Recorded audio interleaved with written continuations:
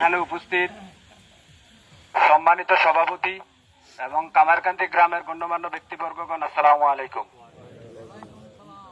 আমি প্রথমেই আপনাদের ধন্যবাদ জানাই যে আজকে আমার আমন্ত্রণে আপনারা এখানে উপস্থিত হয়েছেন এবং আজকে এখানে আপনাদের আমন্ত্রণ করার মূল উদ্দেশ্য হচ্ছে, আপনারা জানেন খুব শীঘ্রই হয়তো 7-8 মাস বা 1 বছরের মধ্যেই স্থানীয় নির্বাচন আসছে। তো সেই নির্বাচনে আমি চেয়ারম্যান পদপ্রার্থী হিসেবে নির্বাচন করতে চাই।